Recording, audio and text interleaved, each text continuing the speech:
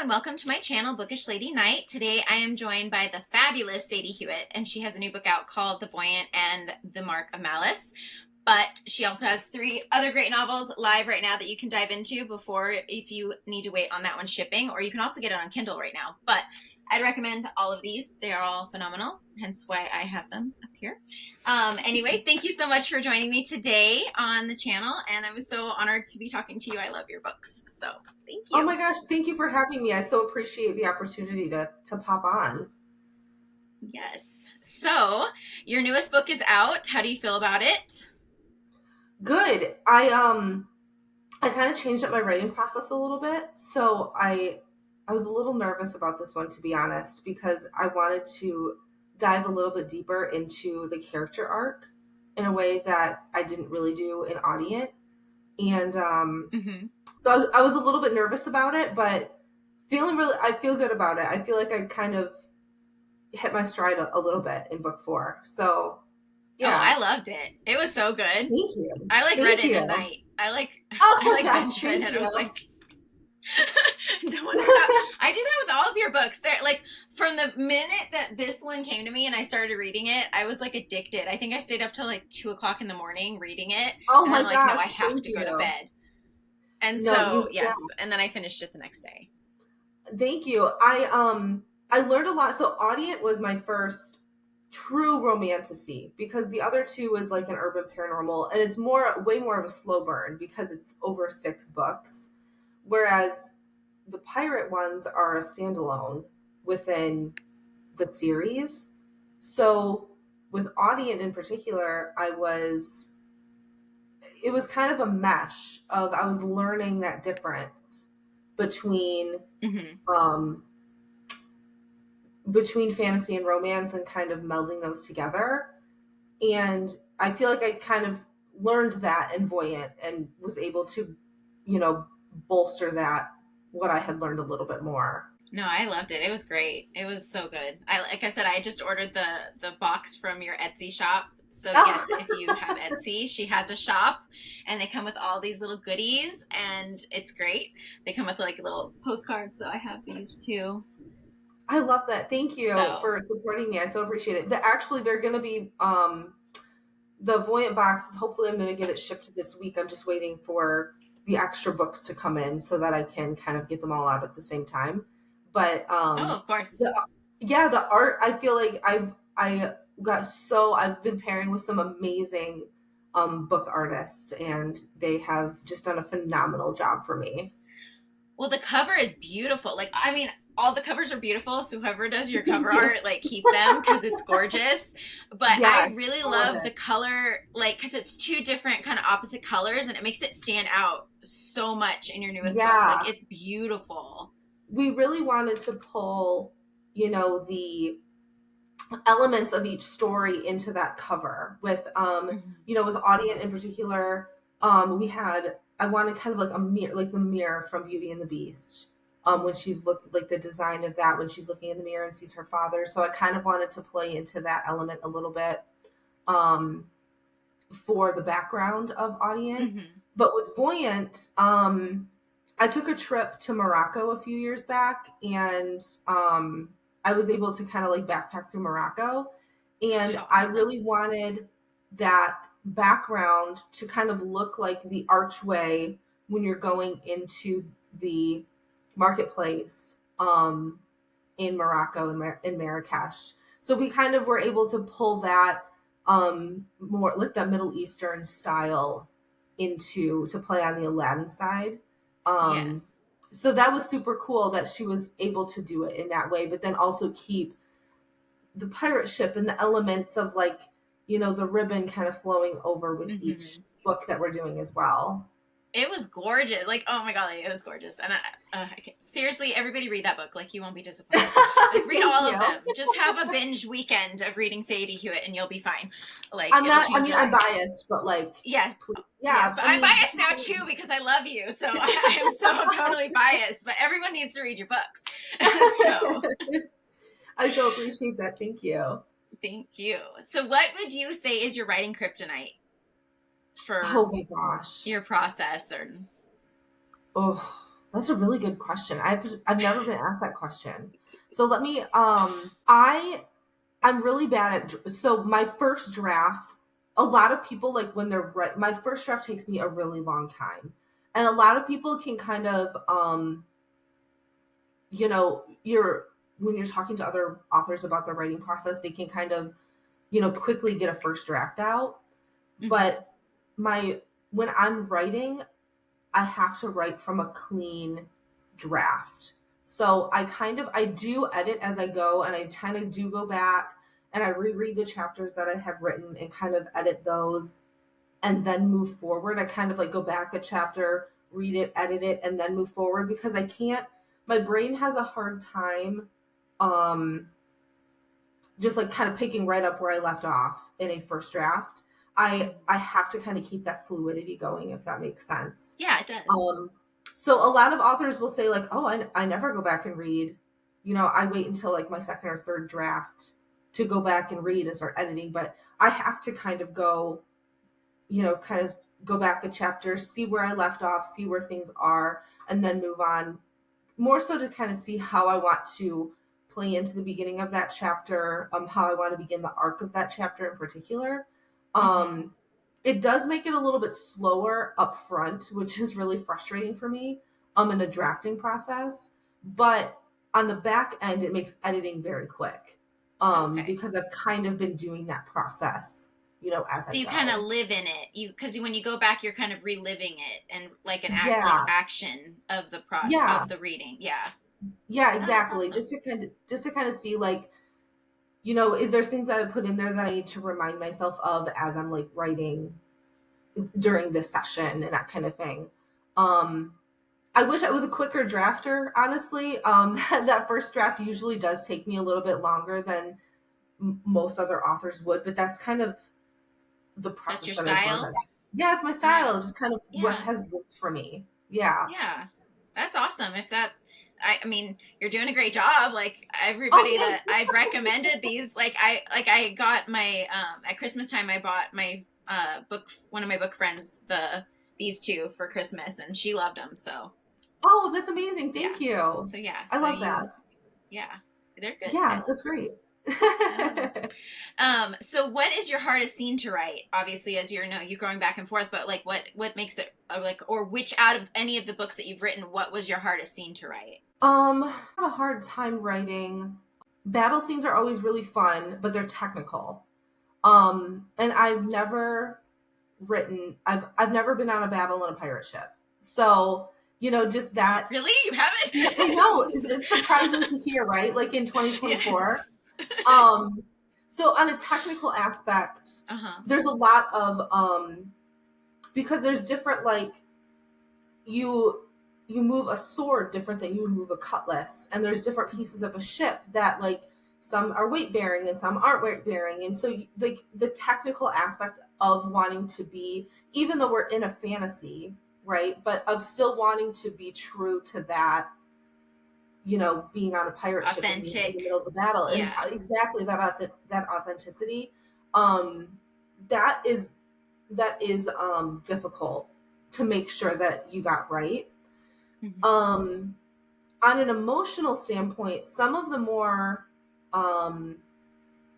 challenging, there is a scene that at the end of Within the Solstice Cages that we kind of see Greer having that conversation with her father and kind of having that heart to heart with him, and them coming to kind of this understanding. I'm not going to give too much away. Obviously it's book 2.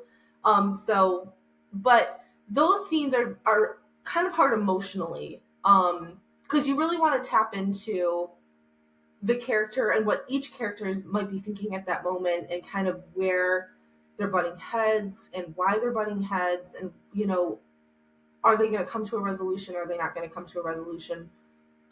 So emotionally, I would say that those kind of like parent-child ones are a little more difficult, because you also want to be respectful of that relationship in a way, even though it's non-existent in that particular case. yeah, it's a little challenging emotionally, I would say. It's starting, but it's not fully there, so you have to kind of maneuver around it, kind of, I think, Yeah, right? like the baseline of like the basics of, yeah, I'm biologically related to you, but we're not, we don't have that relationship, Yeah. Yeah. is that was kind of challenging to figure out.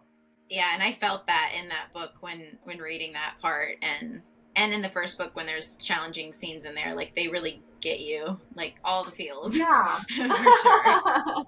Yeah, it either makes you kind of reflect back on your own relationship with your parents, or you're like, oh, thank God that that's not my relationship with my parents. Like Yeah. it kind of, it can draw on both aspects of that. Yeah. Yes, it definitely did. So, within preparing for battle scenes, did you do a lot of research and read a lot of articles about war and pirate ships and how they would have fought and what the technicalities were, or did you watch like videos of it or like history Yeah, videos? I did a lot of research. And luckily I was researching battles on pirate ships because I'm pretty sure my FBI agent was like, why are you Googling this? The I watched a lot of YouTube videos, a lot of like what 17th century warships would look like, um, Mm-hmm. and what, where the guns would be, where the ammunition was stored, um, swords versus cutlasses in specific, because your cutlass is a little more pirate um, coded, I guess, versus just a straight Mm-hmm. sword. But there's different ways to fight. A sword is more like a stab, and I guess a cutlass is more like a swipe. So there's different, technicalities in that, in different ways that you would fight with those weapons in particular. But even just a sword, there's like, your broadsword and, your more pointed sword. And so I really had to kind of deep dive, and I read a ton of articles. I watched a lot of YouTube videos from weapons experts Mm-hmm. who did deep dives into each different blade and what each different blade would be used for and why would they use it and how would they use it. Um, but like I said, I've never been on a pirate ship. I've never been into a battle with a sword. So it was a lot of, I probably did about 2 or 3 months of research before I started writing those scenes, knowing that those scenes were going to be coming up in these books so that I could familiarize myself but keep it authentic to what would be happening in those scenes. Well, you definitely portrayed that across the book. Like when Oh, I thank read your you. books, I feel like, and I've only had this with a couple of authors. Like I love reading fantasy, but there's only been a few authors where I literally feel like, have you ever seen that Instagram video where like the girl opens up the book and then she like falls forward into the world, Oh, yeah, I love those right? videos. I've only had that happen like with a handful of authors where I literally feel like all the world around me could fall away and I'm in it.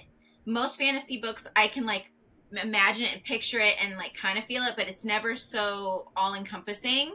And I felt like that with these Oh books. my gosh. So you did a very good job with all of the research you put into doing that. You really made it come alive for the reader. Thank you. And honestly, in my real life, because I'm an author on the side, my Mm-hmm. my real job, I'm a respiratory therapist.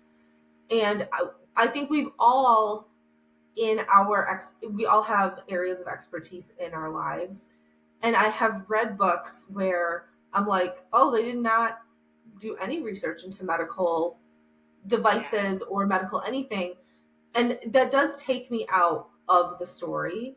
If Mm-hmm. I have that knowledge, it does take me out, even if it is a fantasy. I'm like, it does kind of pull me out of it. I don't know how many of my readers are experts in 6th, 17th century pirate ships, but if I'm going to write that story, I wanted to do a service to those readers to show that I am respectful of that. And I had done research, and I probably did not get it all right, honestly, because I'm not an expert in it. Um, but I hopefully showed that I did my due diligence in researching that. Well, I love pirates. I go to the Renaissance Fair every year. I dress up. I went to school for I fashion love design, that. so I made like a full on authentic pirate coat, pants, all of that stuff. And then I have some fun stuff too, but like Mm-hmm. I love that era. Like if I could go time travel, I would go there. Like that would be Yeah, where I would I head. love that. So I felt that within reading the stories. I felt that connection, and I felt like, okay, I can picture this from what I've read historically. It came alive through the books that you wrote about. Well, thank So you. Thank you so much. I appreciate that. yeah. So what is the most difficult aspect of writing in the mind of like the opposite sex when you're writing like for the dad or one of the other characters, when you're trying to put that emotion from that character in? What's the most difficult for you? Actually, right off the bat is anger.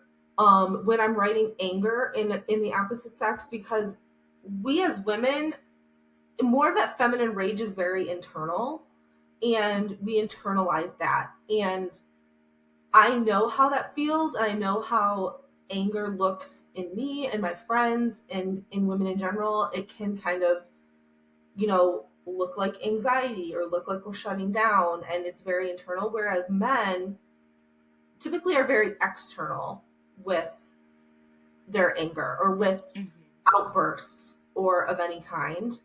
So kind of learning how to walk that line of he's a human showing emotion versus he's abusive. And that's a very hard line to find.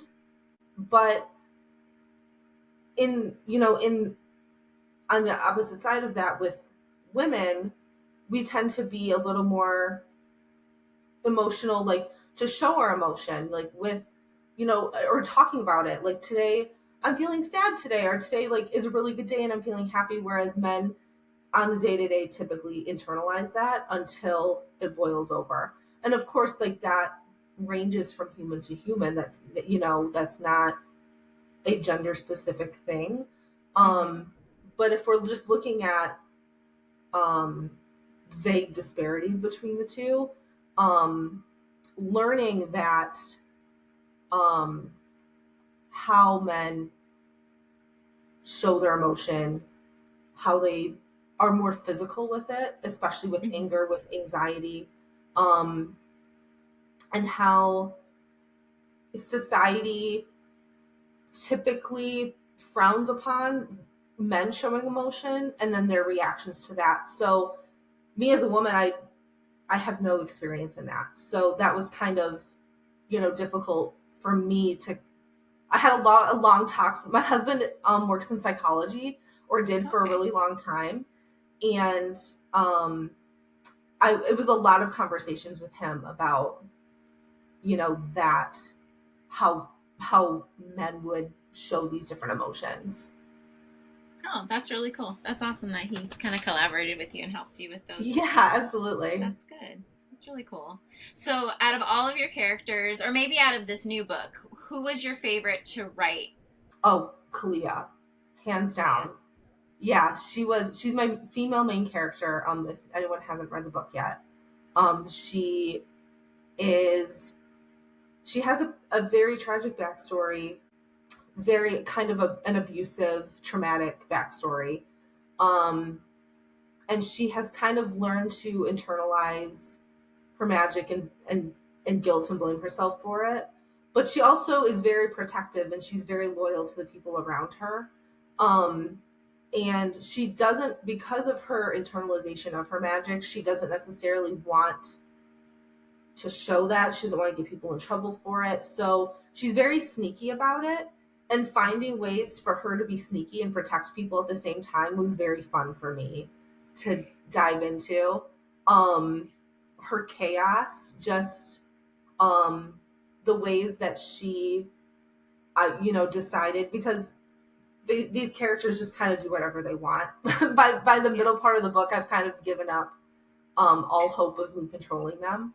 So it's fun to kind of watch her unveil herself in her chaos, because she is a very chaotic character. And but very endearing. She's very endearing. Yes. Yeah, and she's kind of what we all wished we could do. You know, she has no, like, the intrusive thoughts just win with her, honestly. Yeah. And that was fun to explore. So, yeah, I would say her. My second favorite was probably Reshef, who I kind of based off of David from Schitt's Creek. If anyone has watched Schitt's Creek, I kind of wanted him to have this like very bubbly, very fun personality, and be stuck on a pirate ship with it. So he was fun to write too. He was great. He was so. Oh, I liked him. Oh, I loved him. I love them both. Like, he was so funny. Just like him having like the comedic relief, kind of like taking on that comedic relief, but in a way that you probably wouldn't expect from a male main character.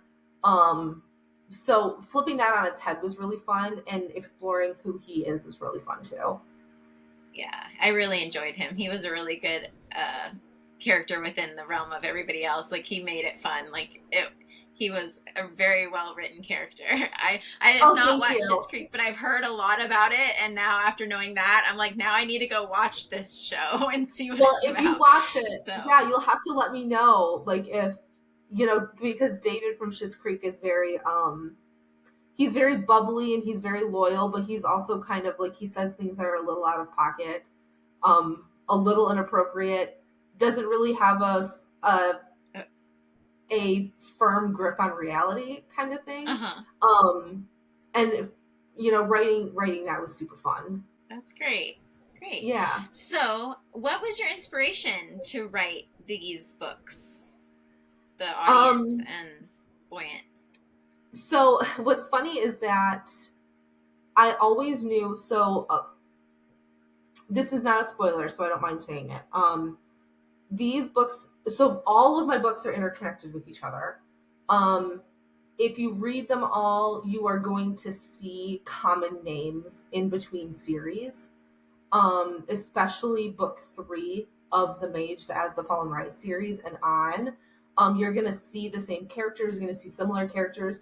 You don't have to read all of the books to understand who they are and where they're coming from, but they kind of, if you look at the As the Fallen Rise as the foundation of the world that I'm building, all of these other books are kind of offshoot stories of the characters that are going to be in As the Fallen Rise.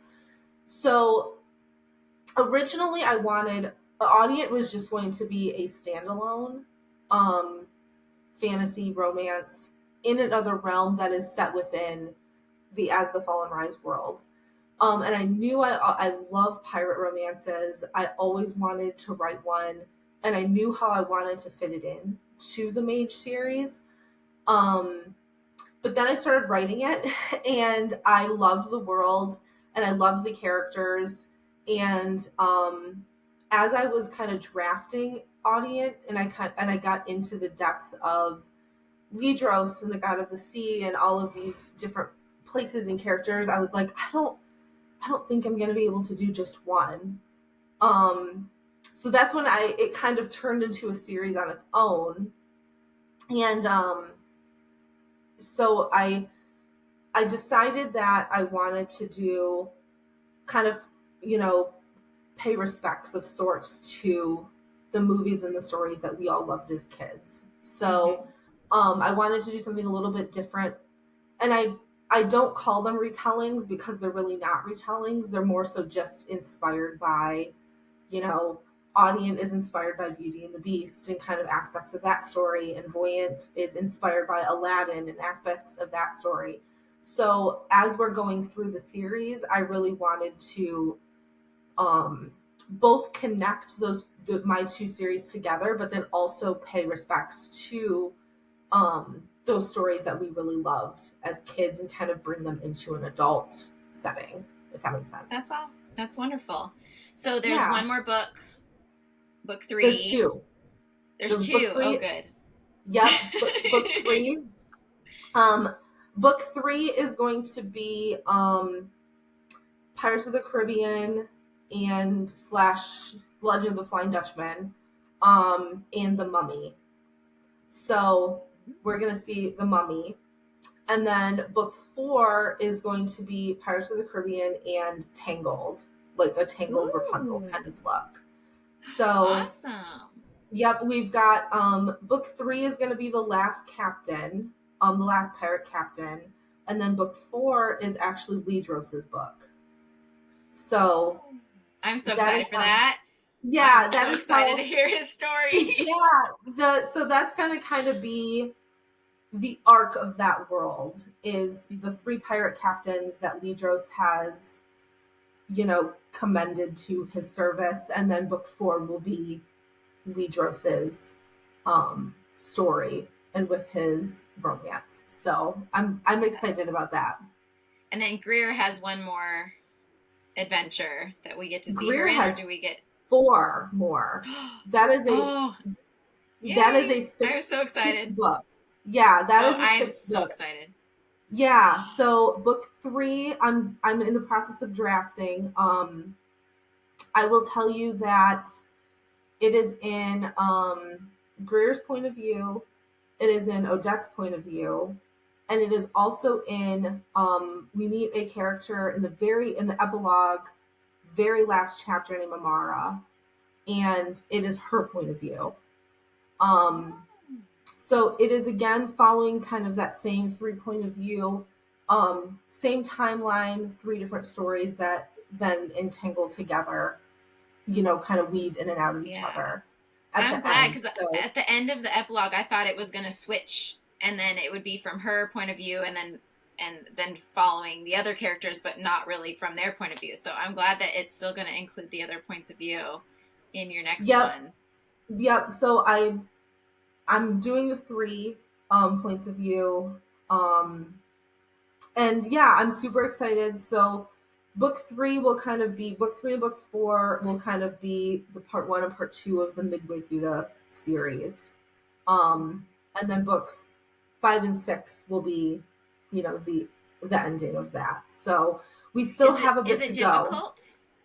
Is it difficult to write 3 points of view? I don't see it very often. I think I've seen it in a handful of books.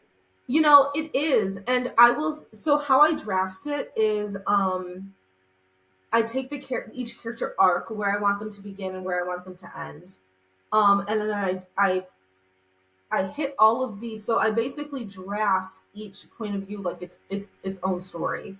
So they each have a want, they each have a secret, they each have a need, and as I'm drafting it, I'm still hitting each beat of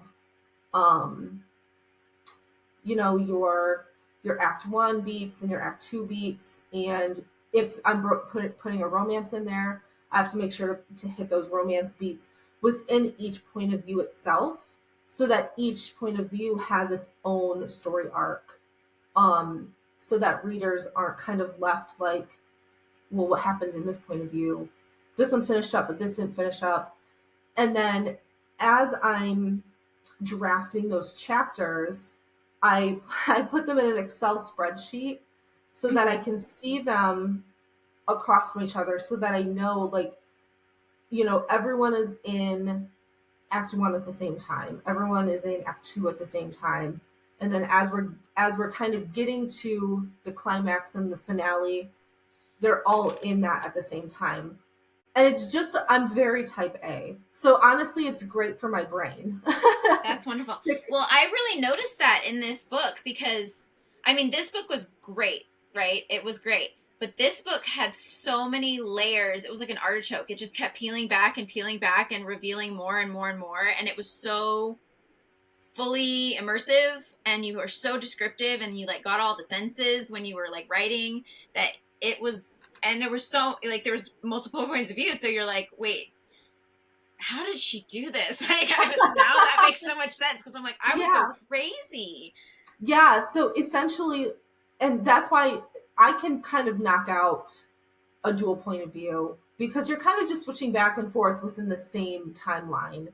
It's within the same story. It's with, so those don't really take me as long. But book 3 is taking me forever, because it's 3 books within one novel, essentially. Yeah. And I really want to make sure that I'm doing each point of view justice, so that readers don't feel like, I'm leaving. If I'm going to have a point of view in particular that is a main point of view per se, that readers don't feel like I'm just kind of leaving, one point of view hanging, if that makes sense. Yeah, it totally makes sense. Yeah.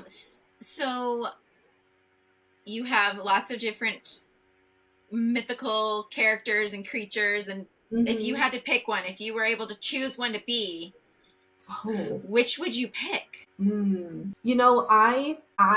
we don't know this because we're still in the pirate series. So we have an idea of what each mind, for people who haven't read the books, the main magic system is based on mind magic. So I call them clairs.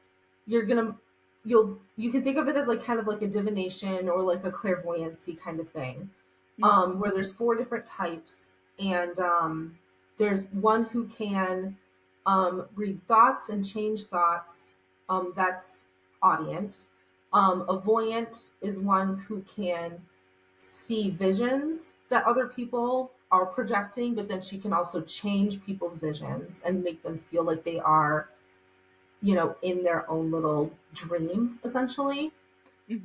A sentient, which is book 3, is going to be a person who can read emotions and can also alter emotions. Book 4, which is the answer to your question, I would want to be a cognizant, because they are a little more of a fortune teller kind of look at it, where she knows people's futures, and she can kind of look at them and she can read their futures. And she can't necessarily change their futures, but she can change the knowledge of what they think their future is going to be. So it's a little mind melding. And I know that's a little bit confusing, and we're going to flesh it out way more in book 4. But having that knowledge, I think if I had to pick any of the, magic systems that I've written so far, having that, kind of knowing, looking at somebody and knowing what their future is going to be, I think is super fun, super cool. That is very cool. I'm excited to read that one. I'm looking forward to that. That sounds really good. Yeah, I'm excited. I was trying to figure out a way of like having that 4th, one in there, and I was like, oh, a cognizant. Okay, I can do that. Yeah, that's great. So, with writing, do you feel does it energize you, or does it make you really, really tired and exhausted, or does it kind of fluctuate depending on what you're writing? Totally fluctuates. Yeah. There are some, I have a work in progress right now that is very energizing, and I feel like it's coming off, it's going onto the pages very easy. And there are just some works that are like that, where they just flow and they're so easy to put together and easy to write. But then, with more emotional scenes, like we had talked about earlier, when you're kind of in the middle of everything, I do have to kind of take breaks from it, because I'll get writer's block, or I feel like, what I'm trying to make work isn't working. And when you get, it's happened to me in every single book that I've written. But it's very frustrating when you kind of hit that point where the character wants to do one thing and you want the character to do something else, and you and your main characters just are not in agreement with what you want to happen. So that is exhausting. And when that happens, I do have to take breaks. Like for And the most part, that's it's when you get the yeah. writer's block. Is that about that time when you have your Oh writer's yeah. moments? Okay. Yeah. And at that point it's exhausting and I just have to like take a break from it. But I think overall it's a great creative outlet for me. I love to write and create stories and kind of dive into the psychology of character arcs and everything. So it's been super fun. That's wonderful. When you do get writer's block, besides resting, is there anything that you do? I know I talked to one author and she says, I go out in the forest and like in the middle of nowhere and I just walk Mm-hmm. around and just be in nature. Is there something like that that you do? Yeah, I live in northern Michigan. I'm right on Lake Superior.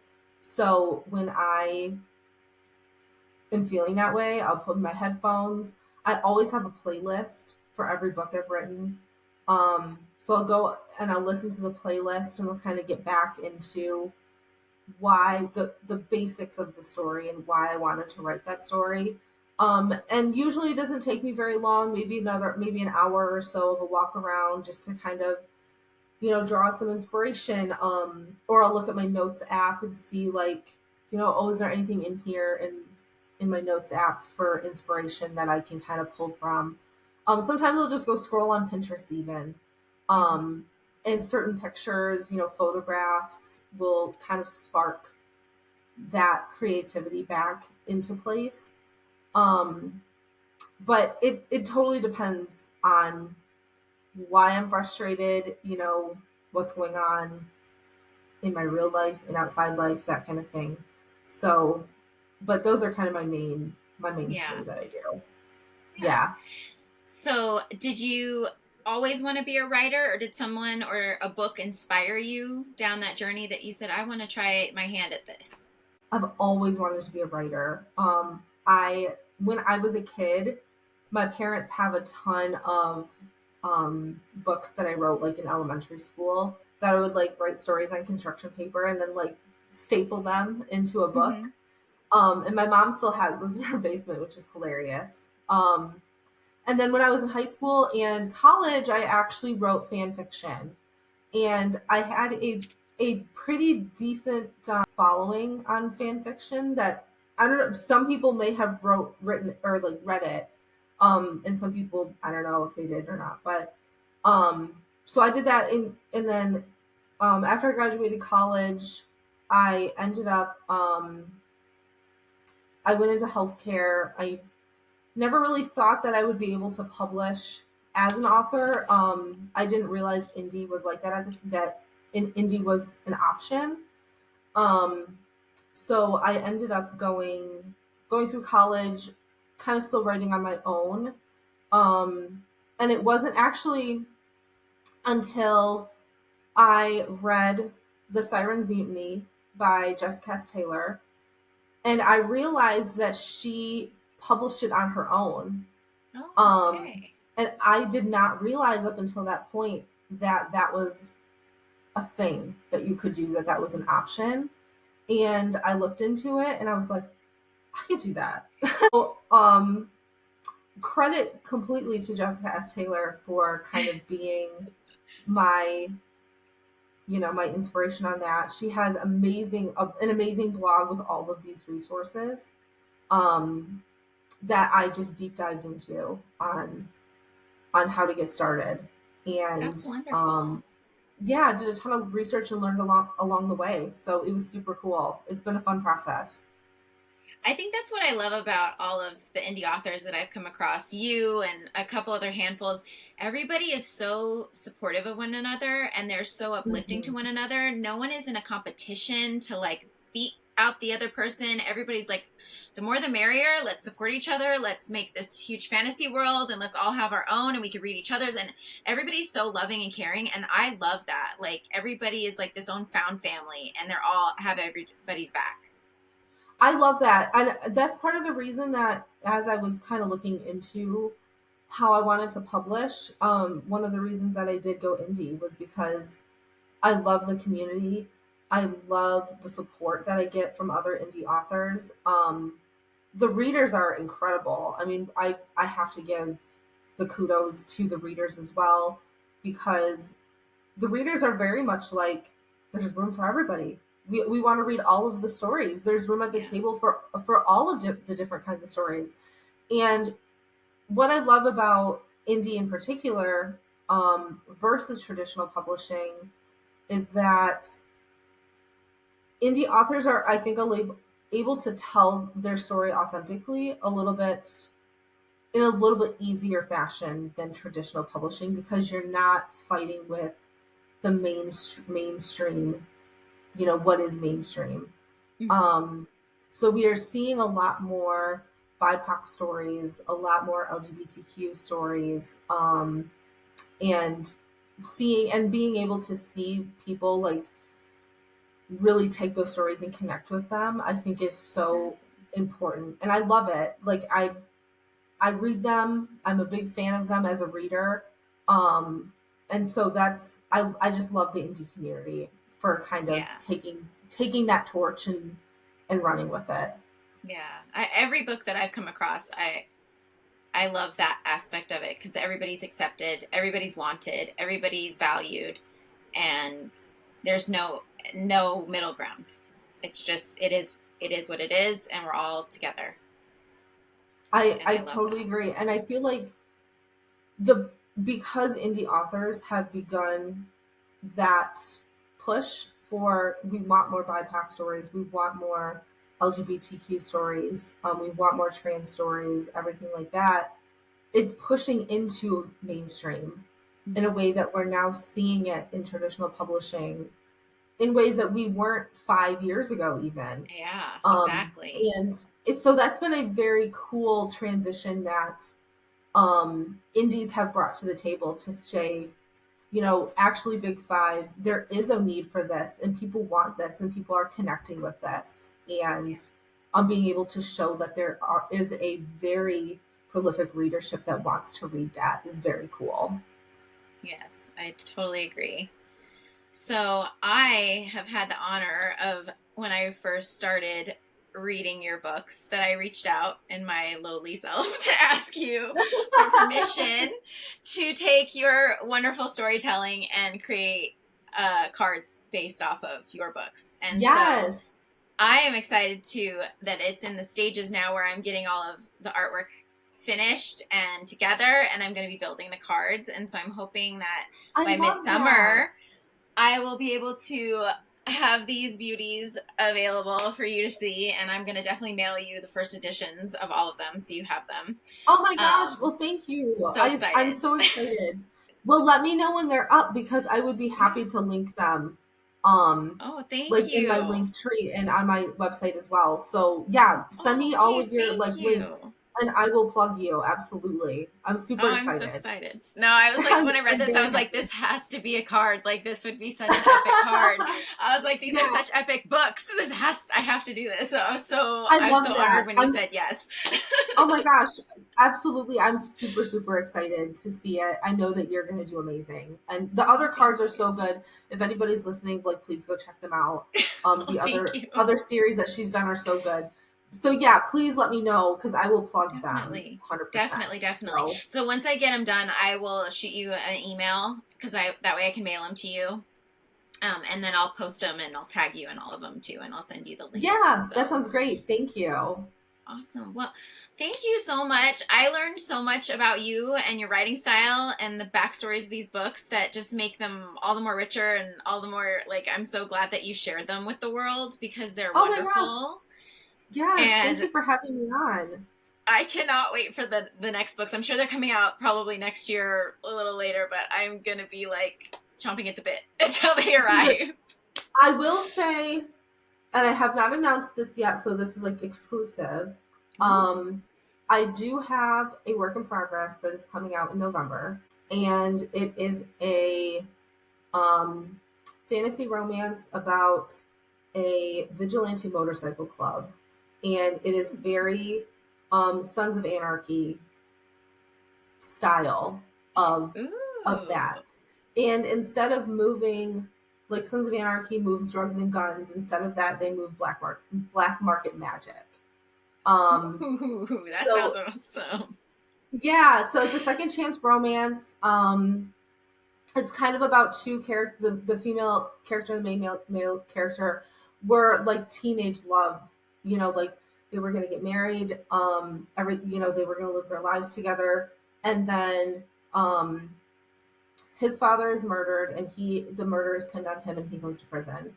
So we see them reconnecting 15 years later, when he is released from prison and is kind of like the head of this vigilante motorcycle club that he inherited from his father. So that's coming out in November. I'm super excited. That's the one that's been kind of just, it was a story that needed to be told, and living rent free in your mind, and now you're exactly, it was just rolling around in there, and it just had to be told. So that's coming out in November, and then next year I am planning on releasing book 3 of the Mage series, and definitely book 3 of the Pirate series, and potentially book 4 of the Pirate series, kind of depending on how quickly I'm able to get those stories together. I try not to put too much of a deadline, because I want to be able to tell those stories in the way that they need to be told, and sometimes some books take a little bit longer.